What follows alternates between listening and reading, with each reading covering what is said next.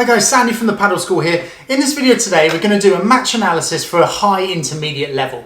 Now, this is obviously subjective, depends on what your levels are at the club, but this is kind of in between the preview level and the beginner level. So hopefully you'll get some good tips here on how you can improve your game. Now, in this video, we're going to break it down into a few different sections. We're going to look at court position, we're going to look at defending the smash, shot selection, the drop shot, and then to finish with, we'll talk through some of the messy points and how you can get out of those messy points.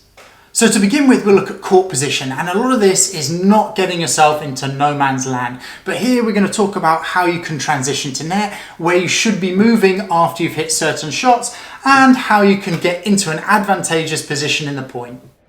Okay, so we're looking at the court position here now for the intermediate game, and you can see this is quite a common one where they lob and stand in front of that service line and then to leave it, and then the ball is behind you, and from this position you just can scoop it up. There's not really much you can do, and this is very a tennis player reaction to come forward up the court after a lob, and we're going to see that again in a second.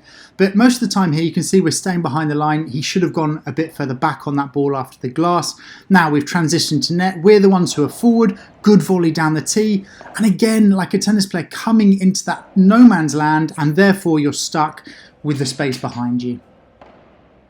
Okay, next point, again we're looking at the court position. Here another one is just to stand in front of that line, and it's such a temptation for a tennis player particularly to come forward on these balls and stand in that position to block. That was a good transition to net there, a lob and then come forward. Okay, that bounced high off that back glass, and you can see both players now are standing in front of the service line. But the big problem is that my partner, he didn't recover to net after his bandeja. I didn't realise, and I'm still at net, and now I see he's at the back and I quickly go back, but we've lost that net position, which is crucial. Generally in this point, I'm pretty happy with the players, how they're moving here. You can see they're holding the net, they're hitting sensible volleys. He goes back into the corner. Yes, he does come forward a little bit there, but still he plays a sensible ball. And here you see a bandeja, they get back up to net. Overall, this is pretty good point. The problem is right here, that volleyer is stepping across like you might do in tennis and leaves the gap down the line, and that's something that's quite common. Now we're going to look at shot selection, what you should be hitting and where you should be hitting, and also we'll follow this up with some good examples.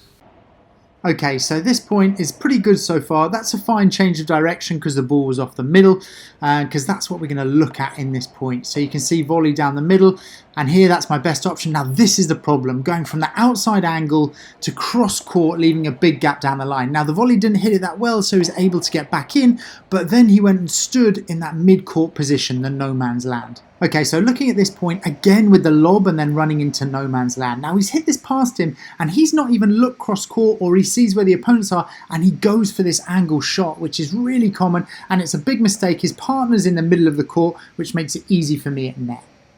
Okay, this next point, good serve into the corner.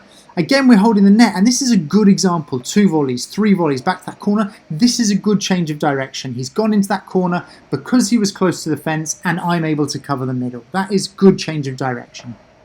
Okay, so this next point again, serve volley. This first volley down the centre is a good play. And again, that's okay to change that direction there. They've taken the net, and that's sensible play so far from both sides. The lob goes up, we come forward to hold that net position, and because we've played sensibly, they've been forced to be impatient and make a mistake. Next, we're going to talk about defending the smash. So this is firstly what you're doing when your opponent is smashing, where you should be moving, but also what you should hit off that shot so that you can take advantage.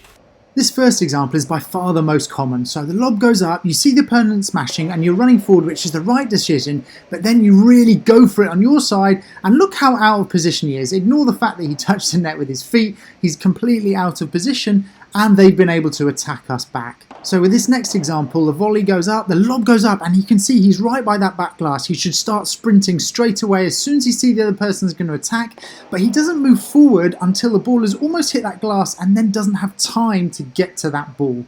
So here you can see a lot of these come from short lobs. As soon as you know it's a short lob, you should start sprinting forward. And here, really, he wanted to get forward earlier and then be able to turn if possible. The last technical area we'll talk about will be the drop shot. Now this is something that we see a lot, particularly at the intermediate level, and we're going to show you several examples of why this is not such a good shot and also why it doesn't have to be this amazing perfect drop shot that bounces and spins back into the net. Going for amazing drop shots is something that happens a lot intermediate level because there's a lot of players that come from tennis, and really it's just an unnecessary shot. You also see the World Padel Tour players going for such good drop shots because they have to, and also usually they do it when they're in a good position. But here it's completely unnecessary to go for that drop shot. It would actually be much more effective if you just hit a short stop volley with plenty of margin for error down towards the fence, because even if the opponents get to it, they're then in a bad position. Now we're going to look at a few messy points, and I'm going to talk through during the point, so hopefully we can illustrate some areas that you can identify and then improve in your own game.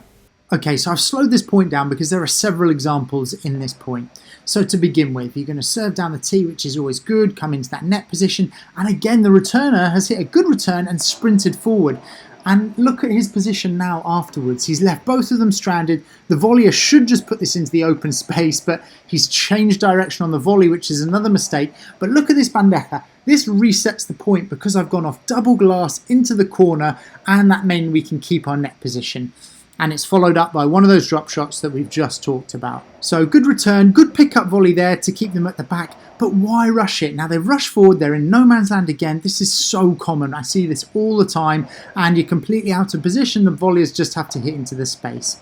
Again, good return, short ball here. That change of direction's okay to the fence, and this is a good lob because it went over his head. Had they been in the right position, they would have been able to take the net, but they're standing in no man's land and the ball goes past them again. Okay, so I'm using this as a good example here. You can see good return, he's volleyed that back, that's good. He keeps the direction the same. You can see we're both at the back, we're behind the service line, and we wait for the right chance to hit that lob, then come forward, which is how it should be. Good volley in the tee, and a good drop shot that landed near the first post, so it wasn't massively risky, and that's a good point. So at this point, a few shot selections, that's a good aggressive one. Now here, he needs to be more sensible because look, with one shot we've lost the net, and they've come forward, and now they've played a sensible bandeja down the middle, a good lob here, and that's not a bad shot because I was right by the back glass. That's the problem, is hitting that angle. Unless it hits the fence and it's really good, he's left a big gap down that middle and pays the price. So this point is a good example of shot selection. Here we're going into that corner. You can see deep volley either down the middle or into the corner, and therefore we can hold our position. You can see his partner, he wants to come forward, he's in that no man's land, but we're being sensible and patient and hitting into that corner, and we're wearing our opponents down because they're the ones taking the risk. We changed direction on our bandeja and we've held the net and ended up winning the point. I hope you found this video useful. We covered a lot of content there, so it's probably worth you going back over, watching it again and slowing it down if you need to. We will be providing a service on thepadelschool.com where I'll analyse your matches and then arrange a call with you afterwards to go through it and suggest some ways that it can help your game. But as always, please leave your comments and questions down below. Please also don't forget to subscribe because that shows me that you're really enjoying this type of content, and hopefully I'll see you guys on the next analysis video.